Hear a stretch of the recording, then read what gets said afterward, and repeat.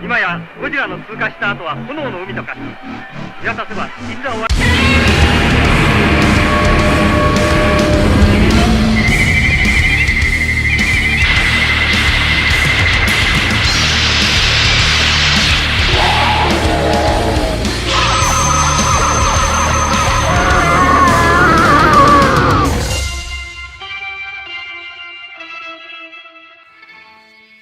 Bam, what's doing, guys? Back with a fresh final review. Today we're going to be looking at the Attack Peter Godzilla figure that Mondo put out in April 2022. Let me start off by saying this figure, it's certified fresh right out the freaking gate. And let's just dig into this seriously, because I got a lot I want to say about it. Let's just get the facts out of the way. The figure was put out by Mondo, went up for pre-order in the fall of 2021. Price tag was, I think, about $120, before shipping. At the end of the day, it wasn't really that much money anyways, shipping-wise. And it was coming from stateside, too. So mine came from Texas. Well, actually, everybody should have came from Texas. The figure stands about 7.5 inches tall. With the base, it's about 8.5 inches tall. It says it right on the back of the box because I just read it. Okay? It's made out of vinyl, roto vinyl PVC. So yes, it is certified fresh. It is fresh vinyl. That's what's up. Credits go to Hector Ars. He painted it, sculpted by Tufan Cesar. I'm probably butchering that, but sue me. Sue me. Okay? The box art, again, it's a pretty cool box art. It's got the figure on the front, all the branding and everything that you see on the side. It's got the 54 Godzilla, along with the Hanna-Barbera Godzilla, the animated version. I didn't get either of those figures. I will admit the animated series Godzilla looks pretty dope, but just not something that I definitely needed. And of course, the figure, it is designed by Peter Santamaria, Attack Peter. His art style, if you have not seen his art, it's based off of classic Thailand art. I read this off his profile, traditional American tattoo flash style, and it's a very unique design of art. All of his prints are done on linoleum.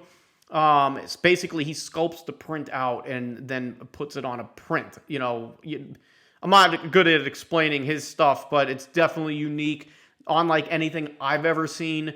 I will admit, it wasn't until I saw his style of art that that was my first exposure to that style of art. I was like, I had no idea people were doing art like that. That's what makes Attack Peter's work very, very unique in its own genre. I mean, maybe there's other people doing it like that.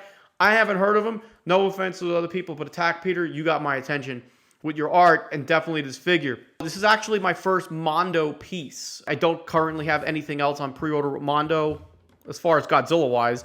But Mondo's doing some really good stuff. They got a lot of kaiju stuff. They got a lot of prints, posters, records, vinyl records. Legitimately, that's really cool. A lot of Godzilla exposure coming from Mondo. It's what is also great for us U.S. collectors here, that Toho is, working with U.S. artists and a distributor. So awesome. Very, very good. All right. So like I said, the box, awesome box art, typical for, actually, I don't know if I'm saying typical, but this is definitely works great for this figure. Okay. So I'm just going to get the box out of there. I don't think there's anything else I need to say about the box. It's definitely a keeper, not something I'm going to toss. The figure itself, yes, right out the gate, certified fresh, 10 out of 10. I'm telling you right now, when this figure was announced, I was like, yes, I must get this. Of course, I was a little worried because seeing how fast the Mondo releases go, literally in seconds. Some figure releases are sold out within seconds, because there's a lobby of people waiting on the drop page to click buy, and stuff is gone like that, especially that Cherry Blossom 84, gone in a blink of it, faster than you can blink. Fortunately, there was plenty to go around for this figure. This figure, clearly, at this point in time of the recording, what is it, April 9th? Something like that. On every collector group, Godzilla group, specifically Collectible Monsters, this figure has been posted religiously, consistently, daily, because it's a piece of art. It is a museum piece. Hence the name of the line, the Godzilla Museum. You know, like this is a museum piece. It's an art piece.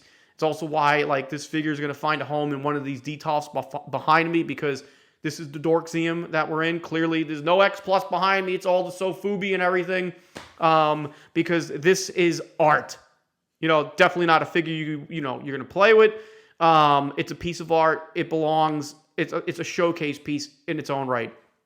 Yeah, so it's a beautiful figure. It literally looks like it's clearly sculpted, you know, but with the way you could see how it's all sculpted, the detail and everything, from certain angles, depending on how you take a photo and the background, it almost looks like a print.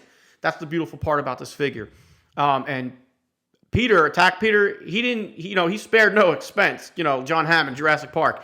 He went as far as even putting the detail on the neck for where Nakajima would have looked out of. And I'm going to call it right now. This figure looks, it's a Showa Godzilla. I'm saying it's the 64. Even though on the box art, you know, it says 2021. But that's, you know, for the year that it was made. So real easy, comes out of the box. You just got to plop the tail on. You don't have to worry about no squishy soft action. And it's nice. It's got a magnet in there on both ends to keep that all secure, and a little locking mechanism. Beautiful piece. Beautiful.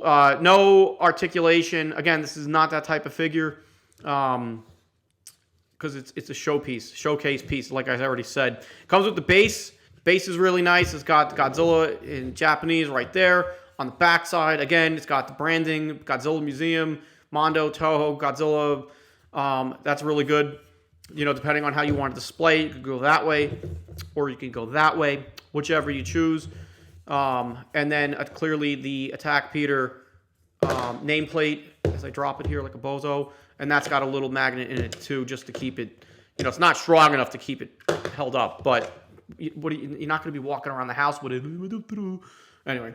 But yeah, figure is awesome. Really, I love it. It's such a cool piece. And if anybody's been watching my reviews or videos in the past year or two, I've been saying that it's going to have to wow me, you know, for me to buy something these days. Because I became very, very picky about collecting.